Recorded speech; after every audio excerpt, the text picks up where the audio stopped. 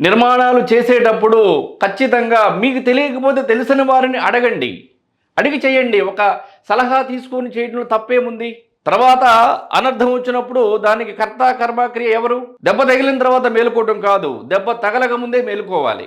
కాబట్టి వాస్తు దోషానికి సంబంధించి శాస్త్రాన్ని శాస్త్రంగా మనం పాటించి తెలియకపోతే తెలిసిన వారిని అడిగి సలహా తీసుకుని నిర్మాణాలు చేయడం చాలా మంచిది.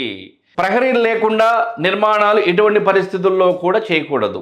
ఒకవేళ ఒక స్థలాన్ని అన్నదమ్ములు పంచుకోవాలనుకుంటే ఎంత స్థలం ఉందో దాన్ని డివైడెడ్ బై ఒకళ్ళున్నా ఇద్దరున్నా ముగ్గురున్నా సరే డివైడెడ్ బై 3 చేసుకొని ఎన్ని అడుగులు సపరేట్ చేసుకొని ఎవరి ప్రహరీ వాళ్ళు కట్టుకుని నిర్మాణాలు చేసుకోవటం సుభిక్షం. అంతేకాని ఒకే స్థలంలో కలిసి ఎటువంటి ప్రహరీ లేకుండా స్థలం ఉందని చెప్పని మీ ఇష్టానుసారం గృహ నిర్మాణం చేస్తే దోషం ఊరుకోదు. ఇంకా నిర్మాణాల విషయంలో తెలిసి తెలియనటువంటి మేస్త్రుల మాటలు నమ్మొద్దు, వర్క్ చేసేటువంటి వారి మాటలు నమ్మొద్దు. వాళ్ళు వర్క్ చేసి వెళ్ళిపోతారు, తర్వాత బాధపడేది యజమానులే. శాస్త్రాన్ని పాటించండి. ఈ స్థలంలో ఈ గృహస్థులు తెలిసి తెలియనటువంటి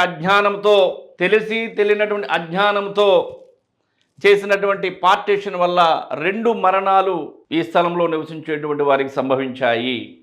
కాబట్టి వాస్తవంగా మనం పరిగణలోకి తీసుకోవాలి. వాస్తు శాస్త్రం ప్రకారం నిర్మాణాలు చేసుకోవాలి.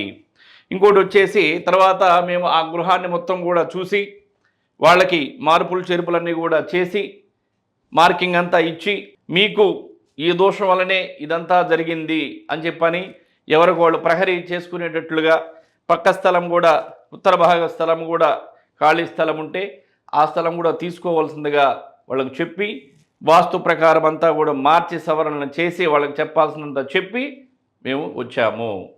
కాబట్టి వాస్తు శాస్త్రం అనేది చాలా గొప్పది. కాబట్టి శాస్త్రాన్ని మీరు పాటించి ఇలాంటి తప్పులు, ఇలాంటి దోషాలు లేదంటే ఇలాంటి ప్రమాదాలు మీకు రాకుండా మిమ్మల్ని మీరు కాపాడుకోవాలనేటువంటిదే మా మనవి.